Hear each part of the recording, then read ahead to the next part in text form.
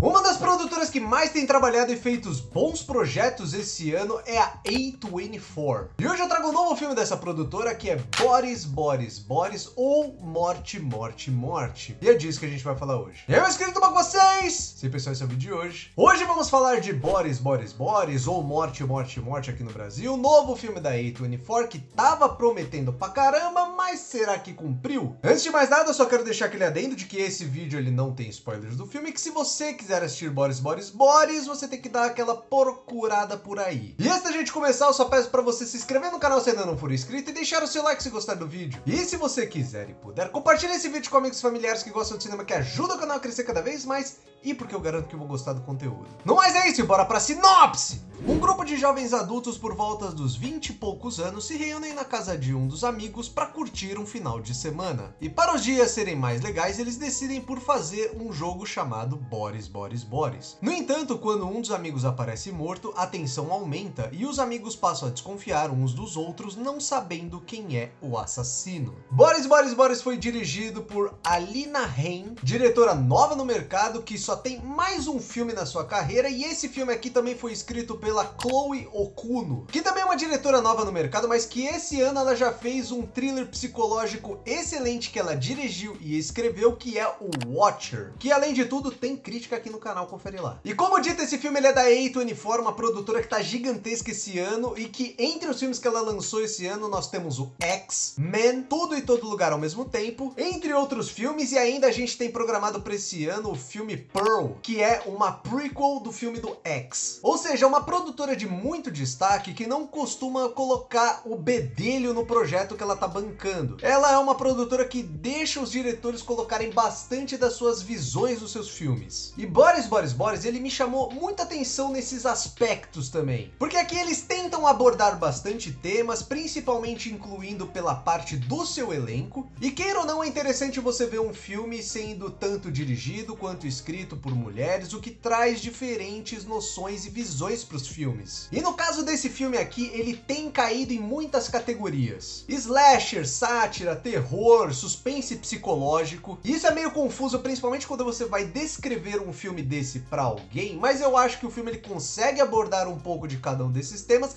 o que não quer dizer que isso seja completamente bom. Mas calma que para variar eu estou me adiantando. O roteiro do filme ele realmente constrói ele como se ele fosse um slasher com alguns elementos de suspense psicológico. Ele tem aquela cartilha de jovens reunidos, mortes misteriosas, aquele ar de tensão e mistério no ar, e tem até a protagonista, que é uma personagem que se assemelha muito a Final Girl, que normalmente eram as protagonistas dos filmes slashers, e que é uma mina retraída, mais quietinha, que mesmo estando aqui nesse filme com a namorada, você percebe que é um personagem mais pra dentro, mais introspectivo, que não gosta de se expor tanto quanto os outros amigos do grupo. E eu admito que tudo isso até que funciona bem no filme. Mas como você está me falando que é um filme da A24, a gente não espera um slasher simplesmente padrão. Da mesma forma que o X veio se propondo a ser um slasher, mas também fugindo um pouco da caixinha, você espera que o Bodies, Bodies, Bodies vá fazer algo nesse estilo. E a questão é que além de nós termos esse esqueleto de um filme slasher, aqui a gente também tem muitos elementos de sátira bem parecido ao que o primeiro filme do Pânico fez. Onde no caso lá o filme ele era uma sátira aos slashers, que era esse subgênero bem saturado na época, mas aqui a sátira é a geração Z. E como sátira crítica que o filme traz, eu acho que ele funciona em algumas coisas que ele traz. Porque dessa forma a gente tem bastante representatividade dentro dos personagens diversos que o filme traz. Você tem a menina quietinha Final Girl, mas que ela tem um relacionamento gay, a namorada dela é viciada em álcool e drogas. Você tem uma personagem que ela vai bem pro lado de uma feminista, outra personagem que ela cultiva um relacionamento com um homem mais velho e por aí vai. E com isso o roteiro ele sabe trabalhar essas vertentes desses personagens, mas além de tudo ele consegue retratar bem algumas coisas do cotidiano da geração Z, como pressões e outras coisas que afligem essa galera e até mesmo elementos muito presentes nessa geração, tipo TikTok, uso de celulares e etc. Agora tudo isso inserido junto no roteiro consegue funcionar bem na história? Eu diria diria que mais ou menos porque muito dessas coisas acabam sendo falhas. Eu vejo que em alguns momentos as coisas funcionam, mas em muitos fica só parecendo que é uma trend do Twitter. Tipo, algumas discussões ali levantadas são pertinentes, mas outras são só frases jogadas ao vento e quem pegar, pegou, quem não pegar, não vai entender. Eu mesmo que sou meio desapegado com rede social, essas coisas, tem uma hora que o filme lançou ali um termo que eu tive que pesquisar no celular na hora, porque eu não tinha entendido o que era aquilo. E você também tem diálogos meio esquisitos, que é aquilo que eu falei, é simplesmente um tweet saído do Twitter, só que falado por um personagem. Eu não tenho a menor dúvida de que daqui a um tempo, quando esse filme talvez ele se consolidar um pouco mais aí na cultura pop, você vai encontrar várias tirinhas aí em páginas do Instagram com cenas do filme ali estampando as frases que eles falam. Porque como algo isolado, você até tem o efeito desejado. Mas inserido de forma natural no filme, isso tá muito longe de ser. E isso também é algo que contrasta muito com os personagens do filme. Porque de longe uma das coisas que eu mais desgostei desse filme foram os personagens. Porque o problema pra mim é que esses personagens eles são completamente rasos. Sabe, você tá fazendo um filme que ele é uma sátira, mas ao mesmo tempo você tem um embasamento crítico, ou seja, pra fazer isso, você exige que os seus personagens sejam um pouco aprofundados. E parece que eles têm um mínimo de aprofundamento pra ter um quesinho de falar de alguns problemas, mas no fim das contas fica só com aquela cara de estereótipo completamente raso. É todo mundo caricato a lá um filme slasher, todo mundo tem a profundidade de uma folha de papel sulfite, e é pra mim impressionante mesmo como eles tiveram a capacidade de fazer 90% desses personagens serem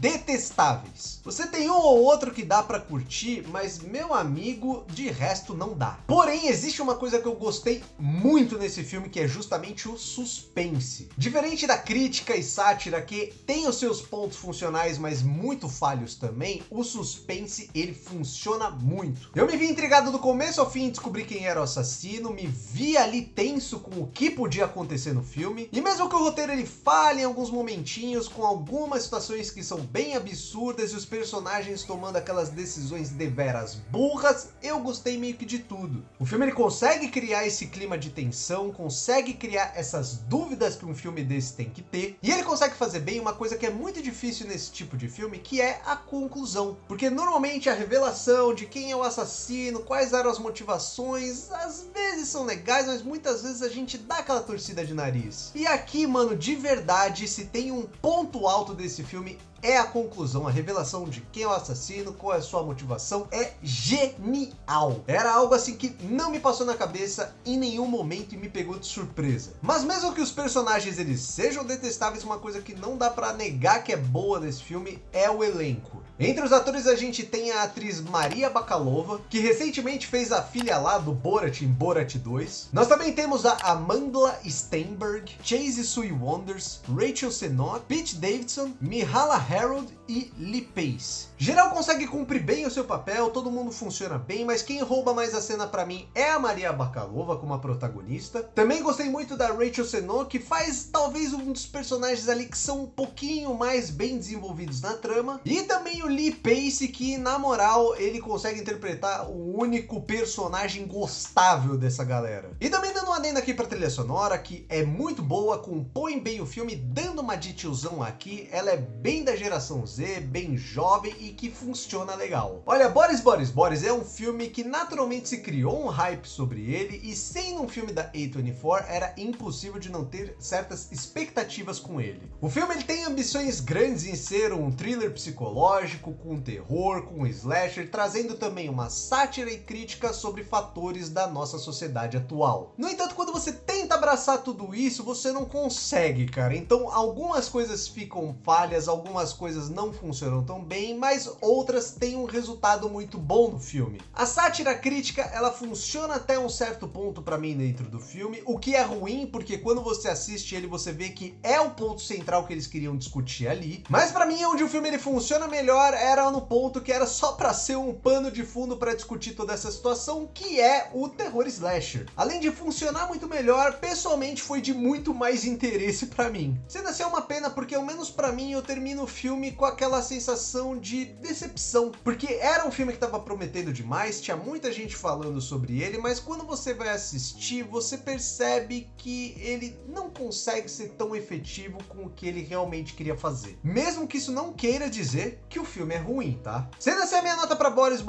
um filme que eu tinha bastante expectativa, acabou sendo um pouco decepcionante para mim, é um infeliz mediano, cara. Um 7. Bom, pessoal, esse foi o vídeo de hoje. Eu espero que você tenha gostado. Se você tiver mais sugestões de vídeo para trazer aqui pro canal, deixa nos comentários. E você assistiu Boris? Gostou ou não gostou? Se interessou através do vídeo? Muito obrigado pela paciência, muito obrigado por estar aqui. Eu espero ver você na próxima. E até o próximo vídeo.